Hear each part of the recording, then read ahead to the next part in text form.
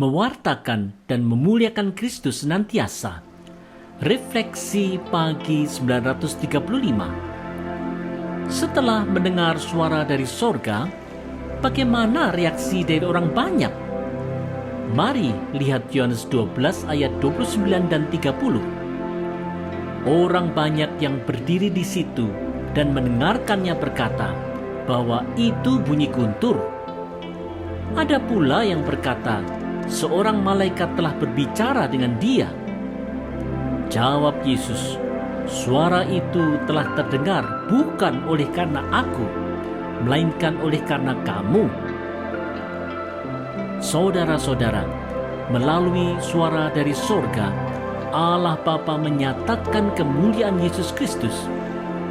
Hanya saja, orang banyak meragukan apakah itu suara Allah, padahal suara itu adalah kesaksian Allah yang ditujukan untuk manusia tentang kemuliaan Kristus yang mau taat sampai mati di kayu salib. Ketaatan Kristus dalam misi penyelamatan manusia ini memang hal yang harus diberitakan terus.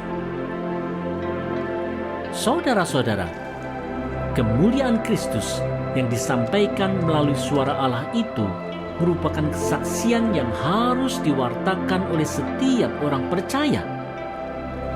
Yesus Kristus memang patut ditinggikan dan dimuliakan.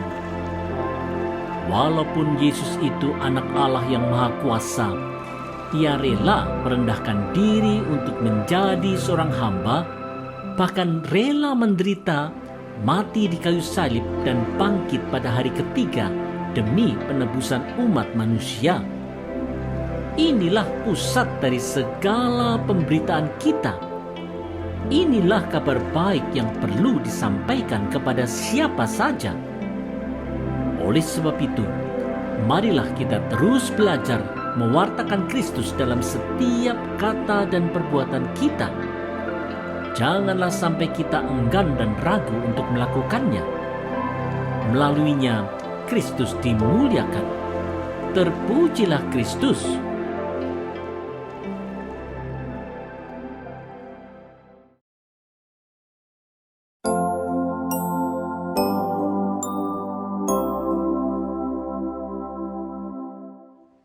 Tetap berpegang teguh pada Kristus saja. Refleksi pagi 936. Apa dampak dari kedatangan Yesus Kristus ke dunia ini? Mari lihat pernyataan Yesus di Yohanes 12 ayat 31 dan 32. Sekarang berlangsung penghakiman atas dunia ini. Sekarang juga penguasa dunia ini akan dilemparkan keluar. Dan aku, apabila aku ditinggikan dari bumi, aku akan menarik semua orang datang kepadaku.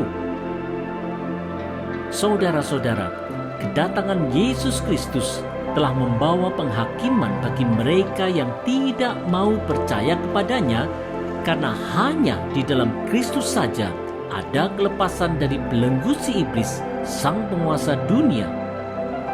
Melalui pengorbanannya di kayu salib, Yesus Kristus ditinggikan, sehingga barang siapa yang percaya kepadanya akan ikut ditinggikan karena memperoleh keselamatan yang kekal. Terpujilah Kristus.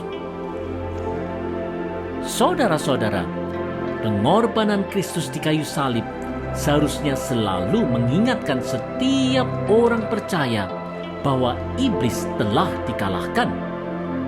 Hanya saja, seringkali pengikut Kristus masih saja tidak mau berpegang teguh pada pengharapan yang diberikan dalam Yesus Kristus itu. Tawaran kesenangan dunia dan iming-iming kenikmatan hidup dari si iblis yang sudah dikalahkan oleh Kristus itu masih saja disukai, bahkan dikejar oleh orang Kristen. Ini adalah sebuah ironi di dalam kehidupan Kristiani kita, karena bila kita memang mengaku percaya Kristus dan mau mengikut Kristus, sudah selayaknya kalau kita meninggalkan segala tawaran si iblis dengan mendengarkan serta melaksanakan perintah Kristus. Ayo berpegang pada Kristus saja.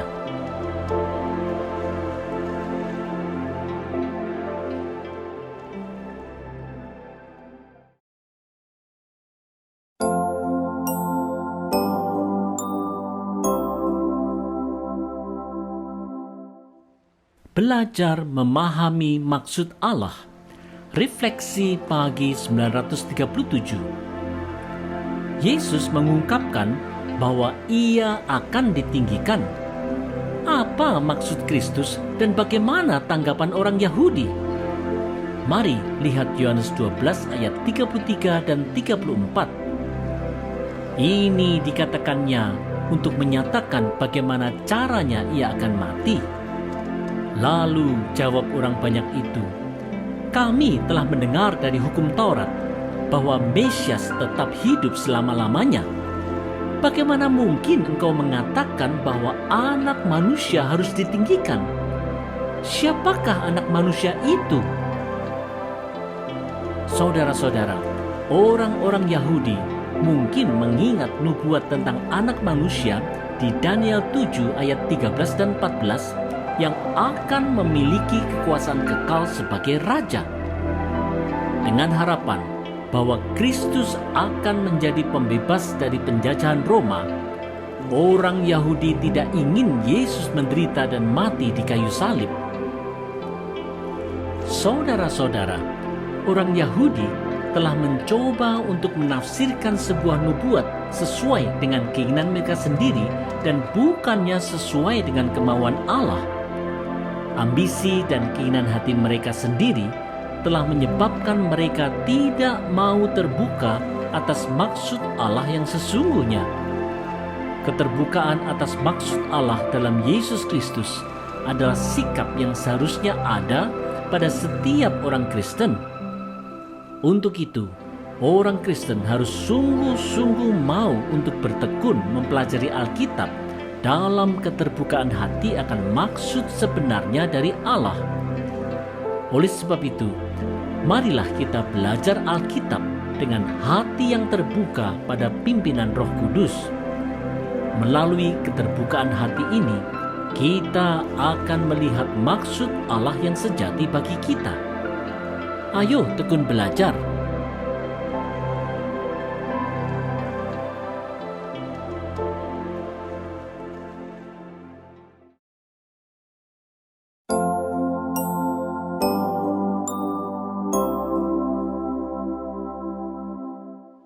Tetap hidup dalam terang.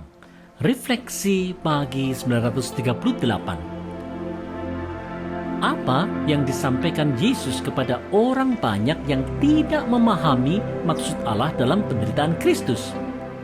Ini yang disampaikan Yesus di Yohanes 12 ayat 35.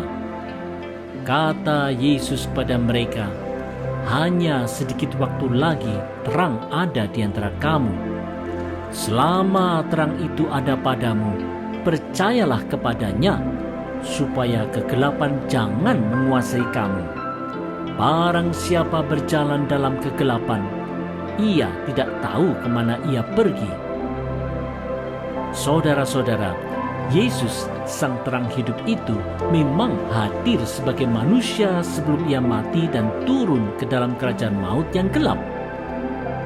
Bila seseorang percaya kepada Yesus, maka ia akan terlepas dari kuasa kerajaan maut dan ia tidak lagi berjalan dalam gelap. Percaya pada Kristus memang kunci hidup terang. Saudara-saudara, di sepanjang segala abad, banyak orang yang telah menolak Yesus dan tidak mau percaya bahwa kehadiran Yesus Kristus, Sang Anak Allah, adalah untuk menjalankan misi keselamatan Allah Bapa bagi segenap umat manusia. Akibatnya, mereka yang tidak percaya itu akan tetap berjalan dalam kegelapan dan tidak memiliki terang hidup.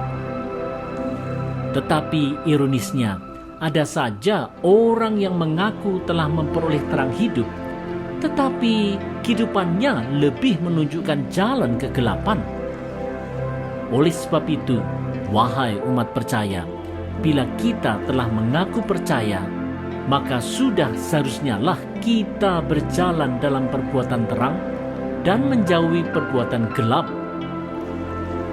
Status iman kita sudah selayaknya lah sejalan dengan apa yang kita perbuat.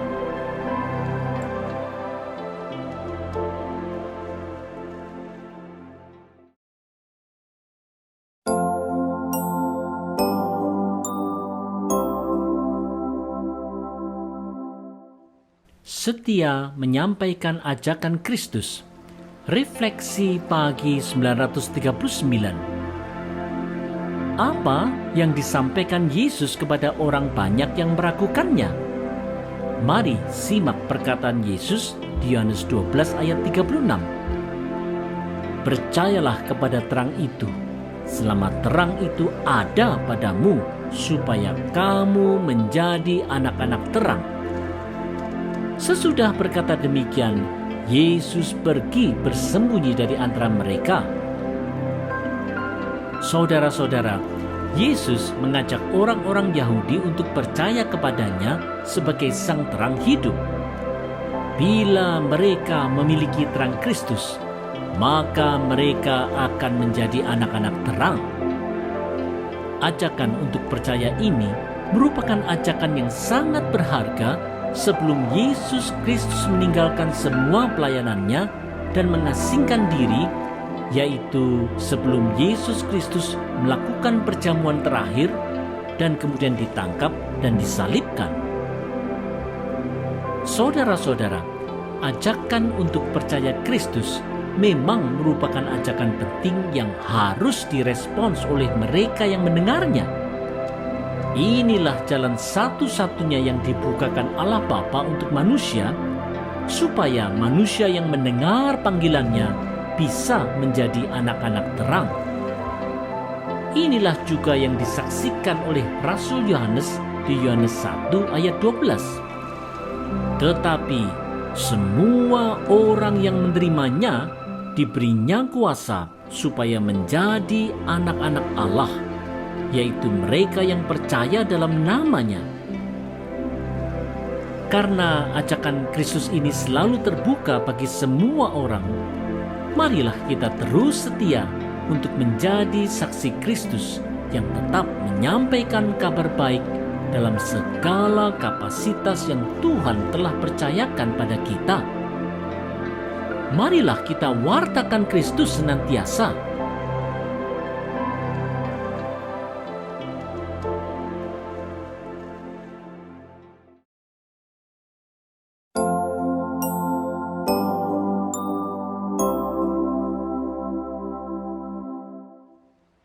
Hanya karena iman. Refleksi pagi 940. Sudah banyak mujizat yang dilakukan Yesus.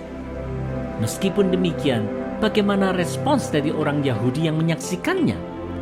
Mari lihat Yohanes 12 ayat 37 dan 38. Dan meskipun Yesus mengadakan begitu banyak mujizat di depan mata mereka, namun mereka tidak percaya kepadanya, supaya genaplah firman yang disampaikan oleh Nabi Yesaya. Tuhan, siapakah yang percaya kepada pemberitaan kami? Dan kepada siapakah tangan kekuasaan Tuhan dinyatakan? Saudara-saudara, adanya berbagai mujizat yang telah dilakukan Yesus rupanya tidak menjadikan orang Yahudi percaya kepadanya, seperti yang dinubuatkan di Yesaya 53 ayat 1. Melihat ataupun mengalami mujizat memang tidak dengan sendirinya membuat orang menjadi percaya. Saudara-saudara, berbagai mujizat yang telah dilakukan Yesus Kristus memang tidak membuat orang Yahudi otomatis percaya kepada Yesus, karena untuk menjadi percaya kepada Kristus, seseorang perlu anugerah Allah. Oleh sebab itu, janganlah kita melandaskan iman kita hanya pada pengalaman mujizat saja, Ingat, bila seseorang menjadi percaya pada karya penebusan Yesus Kristus di kayu salib, ia pasti akan mengalami mujizat terbesar dalam hidupnya, yaitu dulu ia mati kekal, sekarang ia memperoleh hidup yang kekal. Marilah kita landaskan kekristenan kita semata-mata kepada anugerah Allah dalam iman pada Yesus Kristus dan bukan pada pengalaman mujizat. Marilah kita perteguh iman kita hanya di dalam Yesus Kristus saja.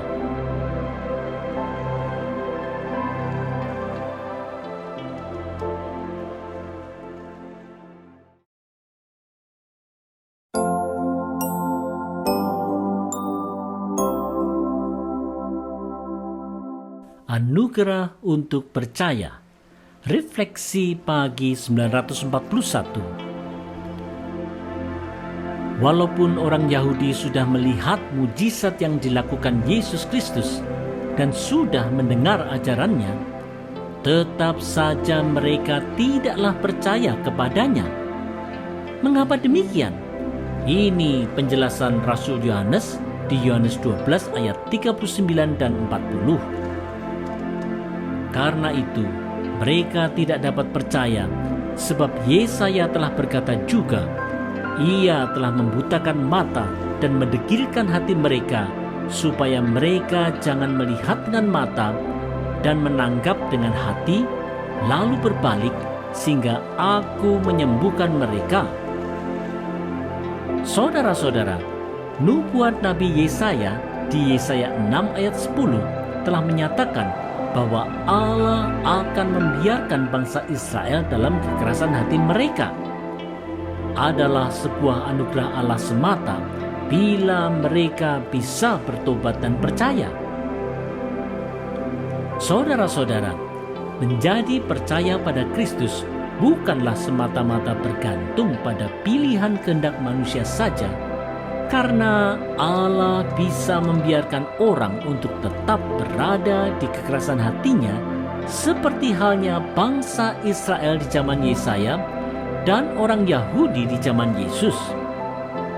Dengan demikian, bila kita dapat percaya pada Yesus Kristus, kita jelas-jelas telah diberi anugerah yang sangat besar dari Allah Bapa.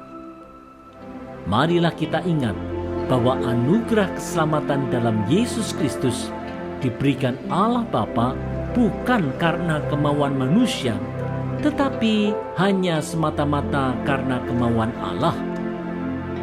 Marilah kita ingat juga bahwa hanya karena kerja Roh Kudus sajalah kita dapat menjadi percaya.